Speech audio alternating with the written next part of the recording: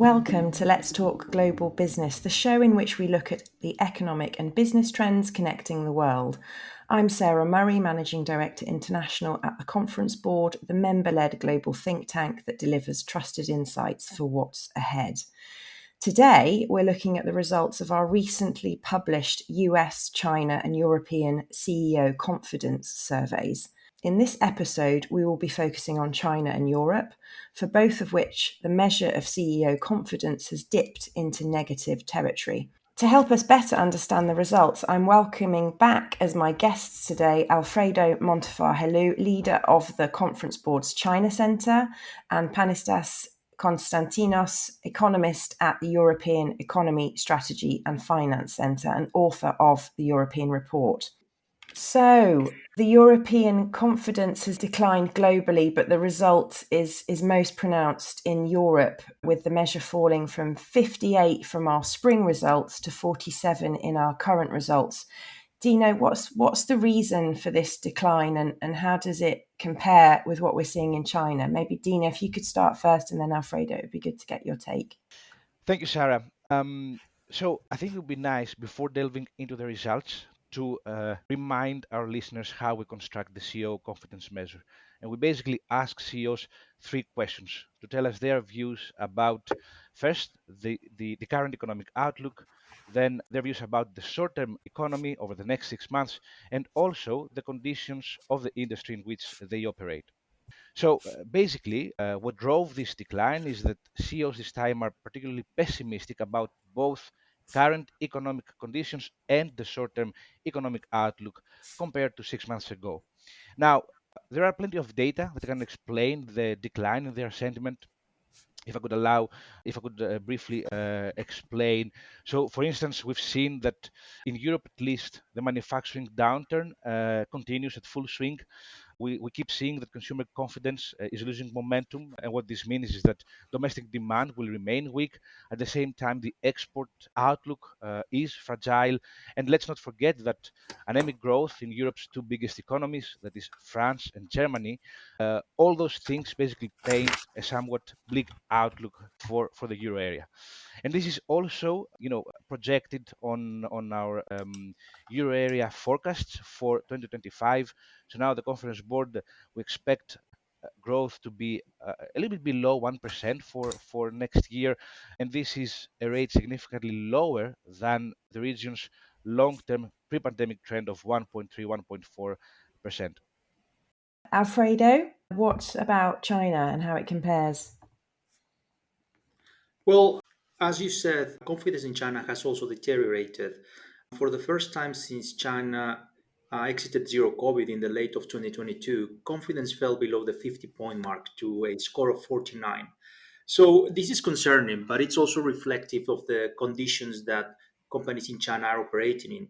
We are seeing the emergence of what we call a new competitive landscape that is characterized by softening demand, very intense price based competition by local players, harder to make profits, and heightened geopolitical tensions. And we saw this and the effect of this in companies, perceptions about business conditions in our survey. So there is a marked sense of pessimism, I would say, about current business conditions. More than 40% of the CEOs told us that current conditions are worse than 6 months ago. 38% said that they are the same. Now, another 26% said that demand in their sectors is weakening, and 47% noted that it remains flat. Now, having said that, there are signs of improvement when compared to pre COVID conditions. Now, in terms of the near term outlook, I would say that although CEOs are not as negative, they do remain cautiously optimistic. All of this is reflective of the challenges that multinational companies, foreign and Chinese, are facing in China, where profit margins, growth margins are not so easy to achieve as before when China was experiencing double digit growth and everyone was benefiting from that. One of the key reasons behind the decreasing profit margins is that, on the one hand, and this is also something that is reflected in the results of the survey, CEOs tell us that customers are very price sensitive. They are seeking steep discounts or they're just holding off on purchasing. And this is compounded also by the fact that local players are willing to take risks that other companies are not, so that foreign companies are not willing to take, and are also willing to lower prices to levels that foreign companies are not willing to take. But more importantly, and I think this is because the global headquarters of Chinese companies are in China, this is helping them to reach alignment and therefore to be agile in pivoting to address market changes. So this is something that is actually differentiating Chinese companies when compared to foreign companies. Thanks. Again, I just want to dive a bit deeper into the China-Europe comparison. Dino, when we look at the top risks for CEOs in Europe, respondents talk about, the accelerating geopolitical tensions, as a big disruptor. In China, Alfredo, the CEOs, it's very much about the economic slowdown as the top risk. So, can you elaborate on some of the reasons for this difference? Well, let me go first.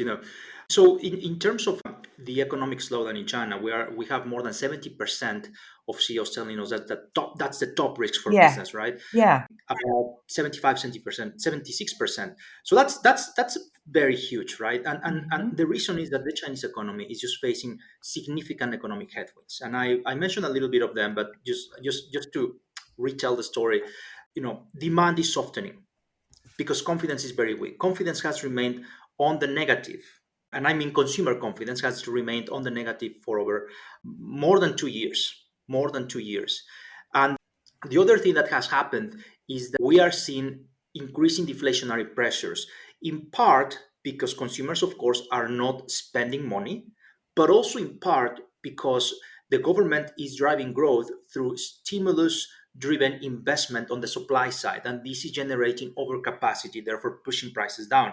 Of course, as I mentioned, local players, local companies are also decreasing prices and decreasing profit margins in order to capture this price sensitive consumer. So they want to capture as much as possible of this, and they're lowering prices to do that.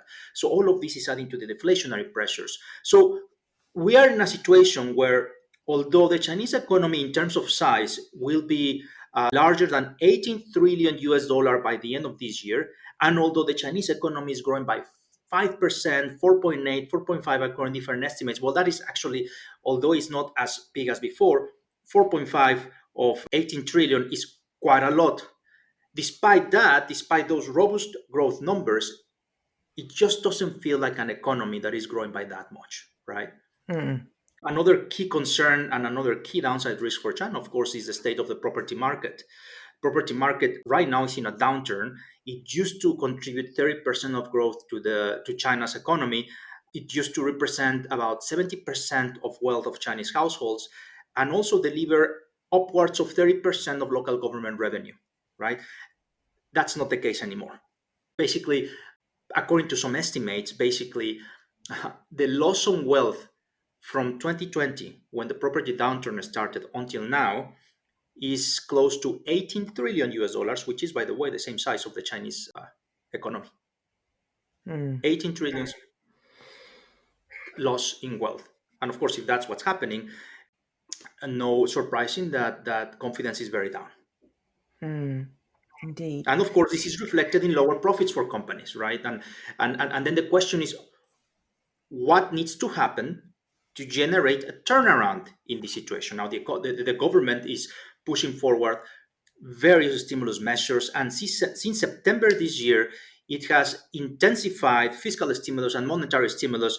And just from the meeting that they held last week, the Central Economic Work Conference, we know that they have an intention to really go with very strong, very robust monetary policy and fiscal spending next year.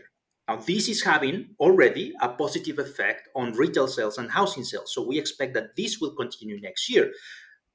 But what is happening right now, these growth headwinds that China are facing are actually underpinned by very deep rooted structural imbalances that were generated over the past decades of investment led growth and credit fueled growth.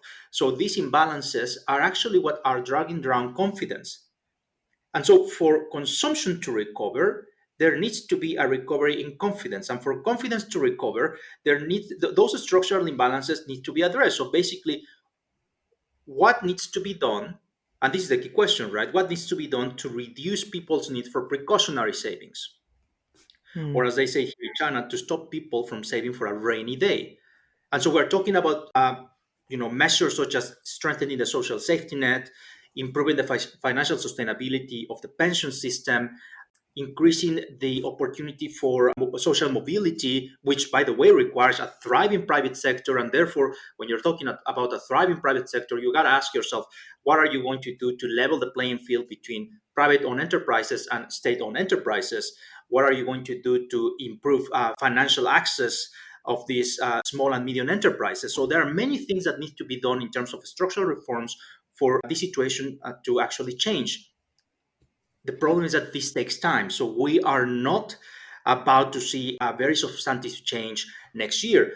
Short-term stimulus, that's what we are seeing, is important to generate the space for structural reforms. But what we really need to see are structural reforms, and that's a question that remains to be seen whether we see them next year or not. Thank you, Alfredo. And Dino, as I mentioned, the top risk in Europe is the geopolitical fragmentation. But I would assume also that the regulatory environment, in Europe and the extent of the regulations, even though it's good, especially with the EU Green Deal. But I would assume that that's also having an effect on the confidence levels. Did you see that in some of the survey results? That is correct, Sarah. I think the message from the European perspective is very clear, and what we keep seeing and what the CEOs keep telling us, and this didn't only happen in this round of the survey, but also in past editions of the survey, is that an incoherent and a very complex regulatory environment is what it hurts European businesses simply because it doesn't let business leaders to innovate and to grow and to expand, right? So that is why in our latest CEO Confidence, CEOs really urge the new EU leadership to take very strong action on the regulation front, simply because by establishing a very simple and a very innovation friendly regulatory framework, it gives this opportunity for businesses to expand and to innovate and to become more productive, and of course this would have positive effects on growth both at the business and also at the macroeconomic level. I also noticed that in the survey, Alfredo, 62% of China CEOs are positive about China's relationship with the global South nations. What's the opportunity that they see, and do you think this can replace trade with the US and Europe?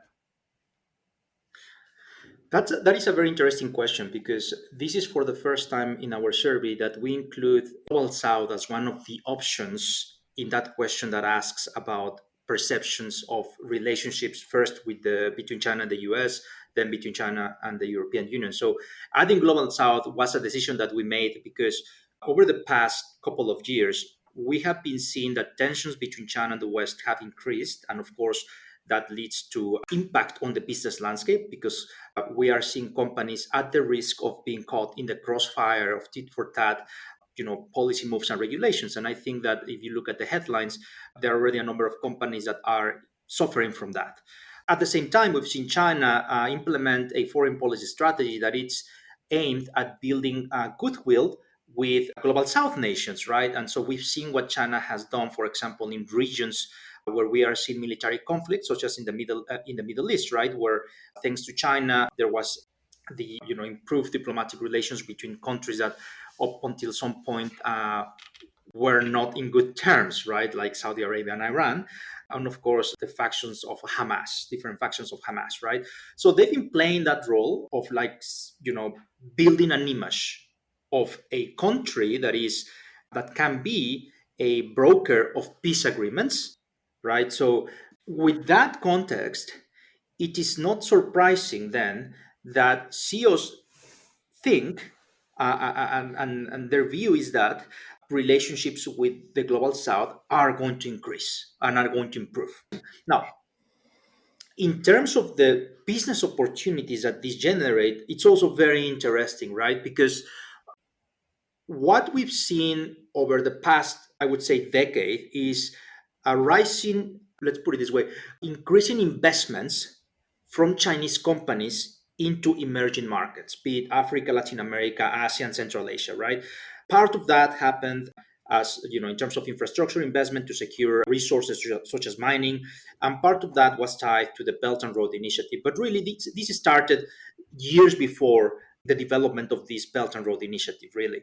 And over the past couple of years, along the increasing growth headwinds domestically here in China, we've seen more Chinese companies going out and trying to find other growth engines for their profits. Now, it poses a very good question, which is seeing these local competitors that are presenting good enough and in some sectors better alternatives than foreign companies, seeing them go into third country markets, which are in the global south, where foreign companies are also present, what is the impact? And we did ask a question about how would that affect foreign companies, right? A considerable proportion of CEOs told us that yes, indeed, Chinese companies going into global south are impacting their business, right? Now, in conversations with some CEOs, what is interesting, and I think that is also reflected in one of the results of our survey, is that foreign companies that have been able to build strong supply chains here in China are now able to leverage those supply chains to build products that are then able to compete successfully against their Chinese competitors in third country markets. So basically, China is also become a springboard for success in global south. And that's one of the key takeaways from our survey. And do you think it can replace trade with the US and Europe?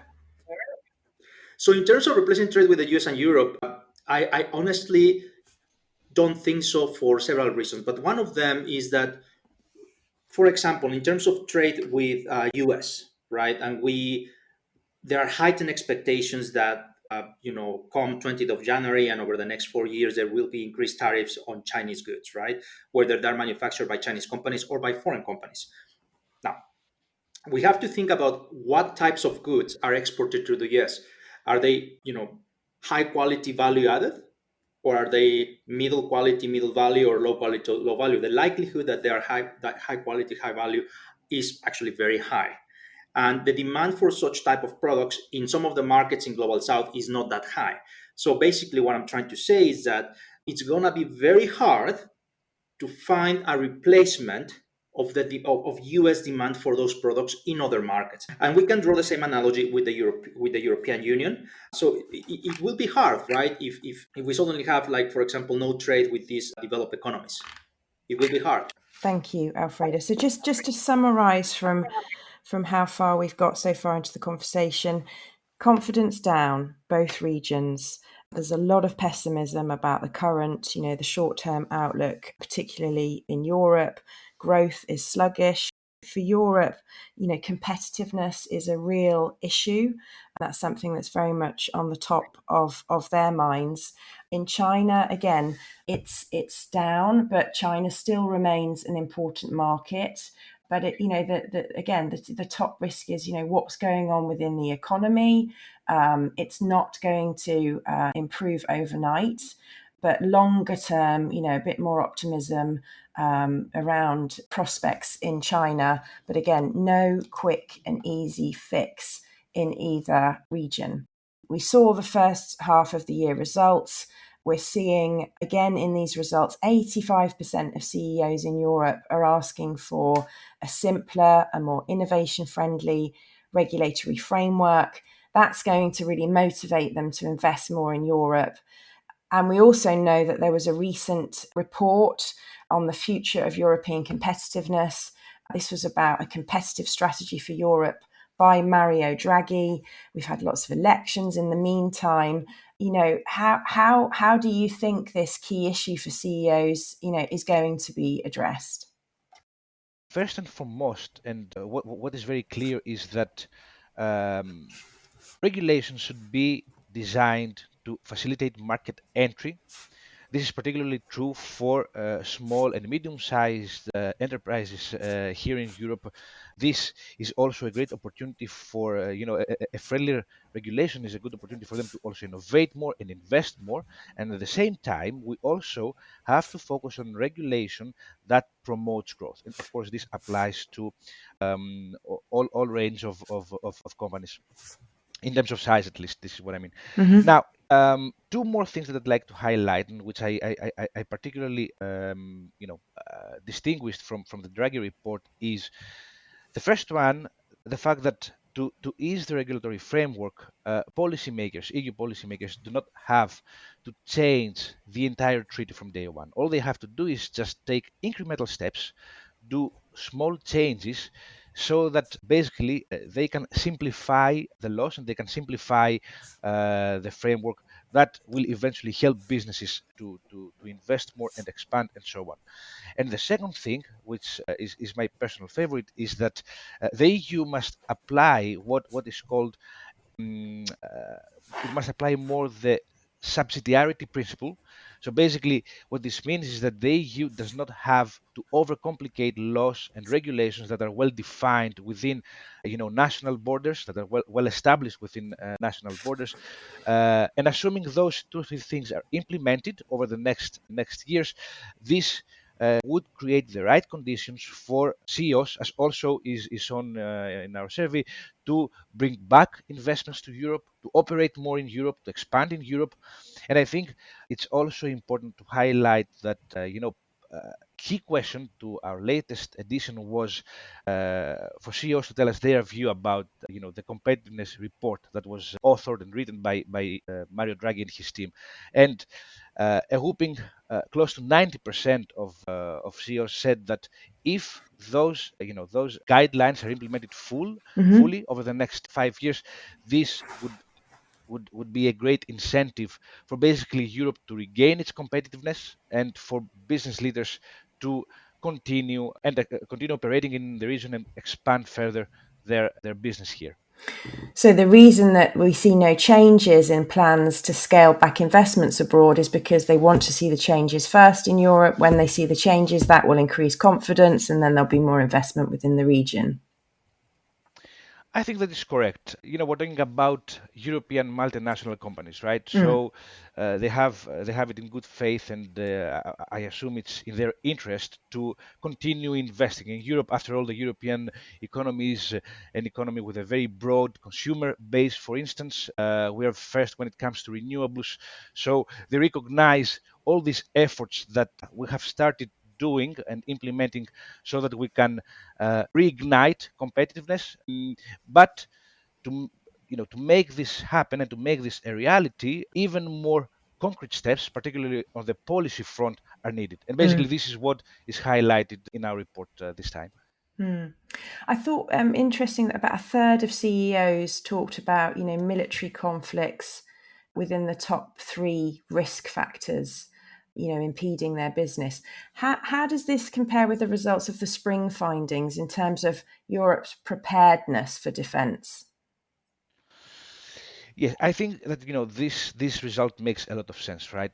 We have to keep in mind that after the war in Ukraine broke out, uncertainty is key when it comes to business planning, when it comes to Mm. investments and so on. This is very evident in a lot of data.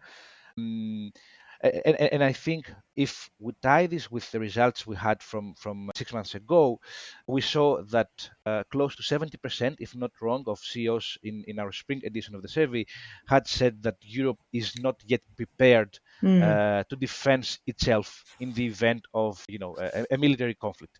So now that military conflict is seen as the third biggest risk factor to their businesses, should probably act as a ringing bell that more action is needed on the defense space at the European level, so that business leaders can also feel more secure and can deal with any threats in the future. Any other findings from Europe that you'd like to highlight, Dino?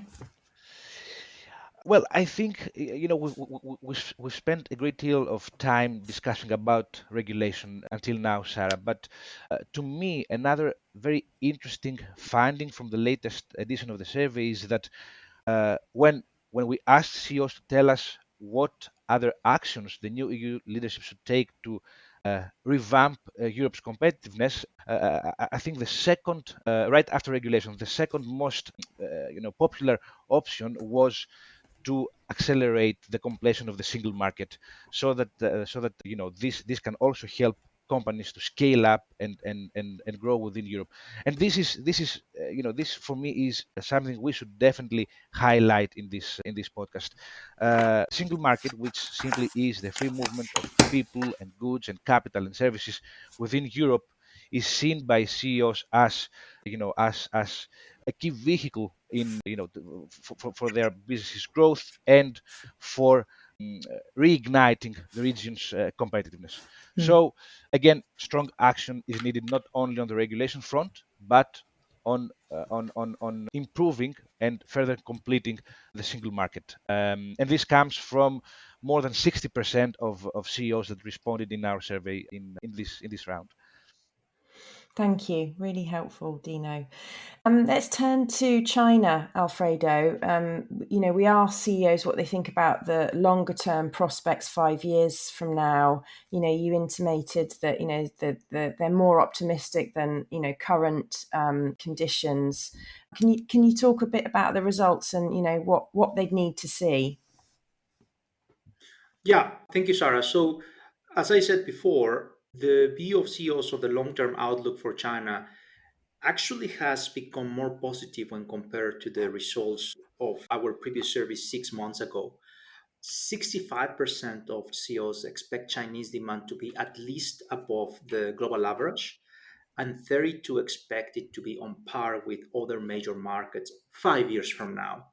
And just as a way to compare, in the first half of 2024, so this year, it was only 51% of CEOs that expected Chinese demand to be above the global average. So definitely there is increasing optimism about the long-term outlook, which is a stark contrast with the pessimism about near-term conditions and current conditions. And so what we see is that about a little bit more than 40% of CEOs expect that the market opportunity will improve 5 years from now because of regulatory trends. So basically, they expect regulatory trends that will be conducive to increasing the market opportunity.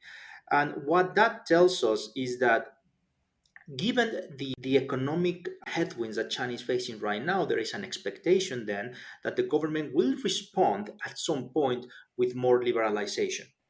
It sounds Um, to me, as I hear you, and just connecting to Dino, what you were saying, that what Europe needs, it could also learn a little bit from China about friendly policies that are helpful for business, that incentivize them to invest, to grow, to build on the business. I thought it was quite interesting that the differences that there are quite stark. there is an expectation, right? And it's not as if we hadn't seen that before. Over China's history since the foundation of the PRC, we've seen periods of reform in China, and those periods of reform have led to opportunity. Mm, Now, we've also seen periods of centralization, and in which regulatory hospitality has diminished, but it has never closed. mm, Now, we are in a period that could be regarded as a period of power centralization, right? And so what we are saying is that at some point, it will need to give way to reforms in order to support the investments and the necessary productivity dividends that will take China to a new stage of high quality growth. mm. And I think, again, the Chinese government has done it before, and I think they have the capacity and the willingness to do it again. The key issue, however, at this time is that there are, I believe, competing policy priorities. On the one, I mean, there are many things, right? On the one hand, there is the imperative of supporting short term growth through stimulus measures.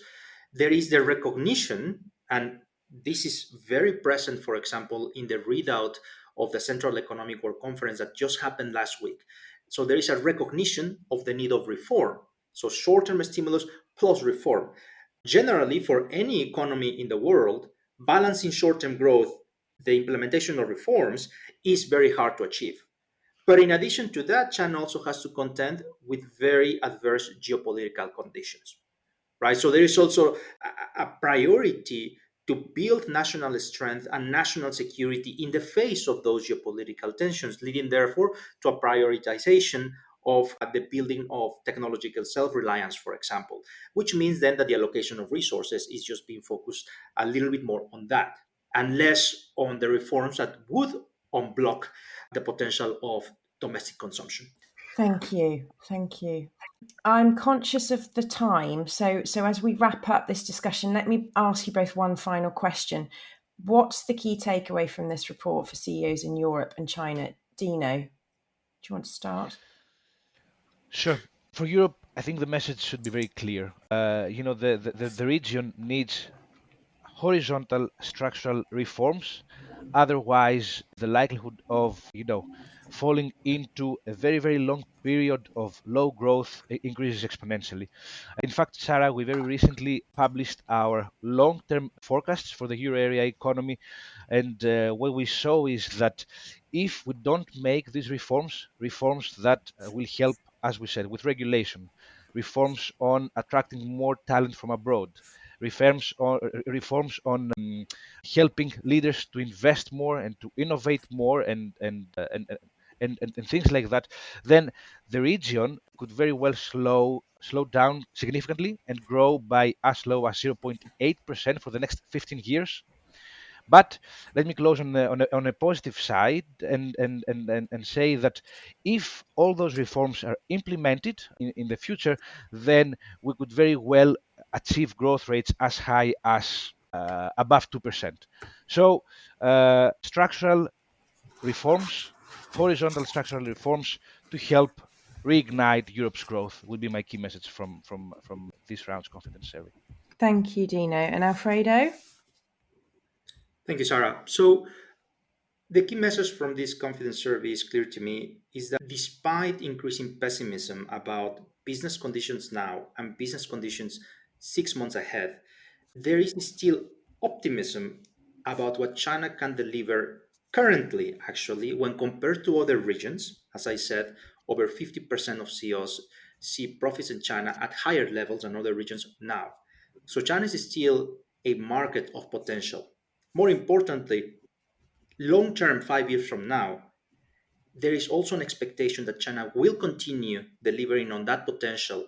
And I think this is driven by the experience of multinationals in China over the past decades, by the immense opportunities that they saw in the Chinese market.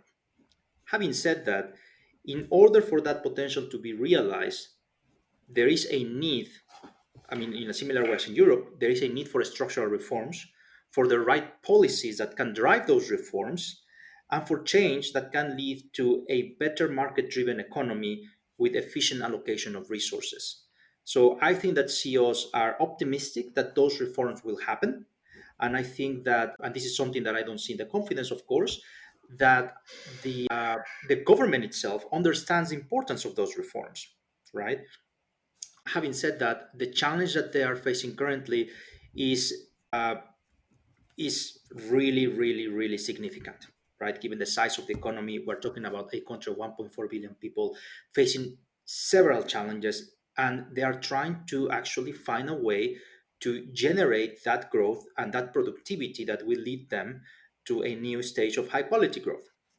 As this happens, and as we've been telling our members at the China Center, it is necessary for companies to rethink their risk assessments, their expectations for profit and growth, and to recalibrate their strategies to compete in a new reality that will be characterized by softening demand, intense price based competition, and harder to make profits. On the positive side, we've seen some companies that are already doing that and are succeeding and are defending their market shares and are building their positions for continued success in the Chinese market. Thank you both. I mean, I think the key takeaway here is, in both regions for different reasons, reform is needed. And, there's detailed recommendations in the latest competitiveness report in Europe. I think there's a lot of hope from CEOs and business that those recommendations will be implemented so that, growth can be achieved in that region and help to kind of reignite Europe as a region to do business. In China, again, yes, pessimism at the moment, but again, that longer term optimism will be realised if the reforms also happen, and because it allows the potential to be achieved. So I think I would end this conversation with, we've got to have hope, and where there is a will, there is a way. And so we have to hope that the policymakers and the leaders, understand, what's required and are willing, to make those changes to make that happen. So that brings us to the end of this season of Let's Talk Global Business. We'll be back in the new year with a focus on a new topic. You can find the results of the survey and listen to the entire catalogue of podcast programming from the Conference Board by visiting our website at conference-board.org. Thank you, Dean and Alfredo, for sharing your insights. Until next time on Let's Talk Global Business.